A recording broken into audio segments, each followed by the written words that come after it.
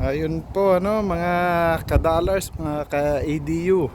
Andito na naman tayo sa isang panibagong update ng ating ADU, How to ADU series. Ngayon ay September 9, araw ng Sabado. Medyo natagalan na update natin, bumili tayo ng bagong camera. Pero ito na tayo. Asa na ba? So mapapansin nyo, hindi ko na maalala kung anong itsura nito bago tayo nag-update.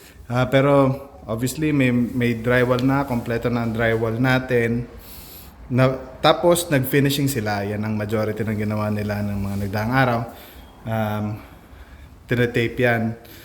May isang drywall dito, pababa. At hiwalay na drywall pataas. So magkakaroon ka ng seam sa gitna ng gap. Nilalagyan nila yan ng tape na may special tape silang ginagamit, tapos finish nila yon. Pag na-finish nila yon, magic, mawawala yung gap, so hindi mo na siya halata. Pagkatapos noon, lalagyan ng texture. Ito yung orange peel texture. So tingnan natin kung may i-close up natin. Pag hinawakan mo siya, ang balat niya para bang hindi siya smooth tulad ng drywall, kundi mas parang balat ng orange peel texture kung tawagin. So ganyan. For design, for sound control, at saka para mas interesanteng tingnan yung dingding mo. So yun ang ginawa natin ngayong mga nagdaang araw.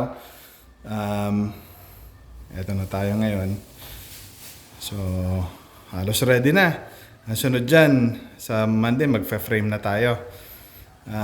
Ito yung kwarto, kinis na.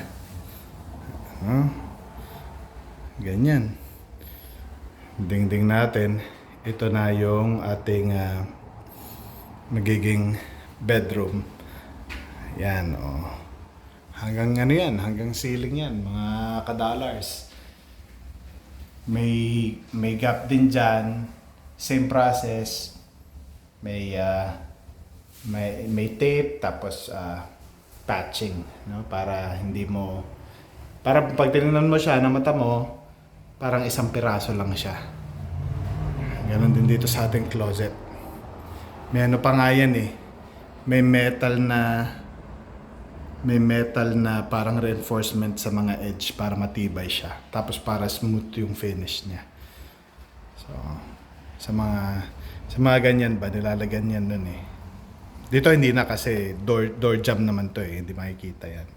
Door jamb din dito yan. Tapos ito yung ating bathroom.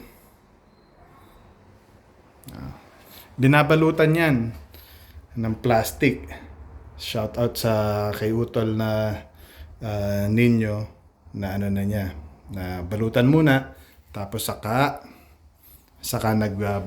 binubuga yun, parang ni-spray. May nozzle. Yung nozzle na nagsasabi kung gaano kalalaki yung texture. Compared mo dito sa lumang dingding. Ewan ko kung makikita ba na maayos sa camera. Ang lalaki ng texture niya. Ganyan. Yan yung uso noon. Pero ngayon, ang mas modern, mas pino. So, ito tayo. Yan ang magiging vanity natin, sink, diba? Yung ating washer dryer dito. Na-delay. Dapat 2 weeks, naging halos 1 month. So, something to consider kapag mo order. Mabuti na lang, na-order ko na pala. Very popular yung mga in-order ko, kaya madedelay sila. So, yun. Tapos dito, pero ang gusto ko sana talaga ipakita ngayon ay yung isang parte ng project natin na ito. Matagal nating hinintay ang gate. Specifically, ang pinakamatagal nating hinintay ay yung installation. Masasabi ko sa iyo ngayon na with one touch of a button, automatic ang gate natin. At ganun din ang closing. Isang pindot mo lang.